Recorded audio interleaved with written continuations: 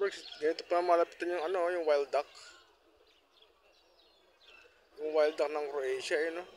Nakikipag-agawan sila sa ano, sa pagkain, no? Ganyan siya, oh.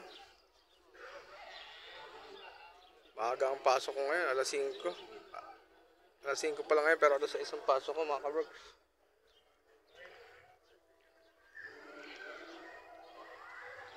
Pasok na naman ako, mga ka-Brooks.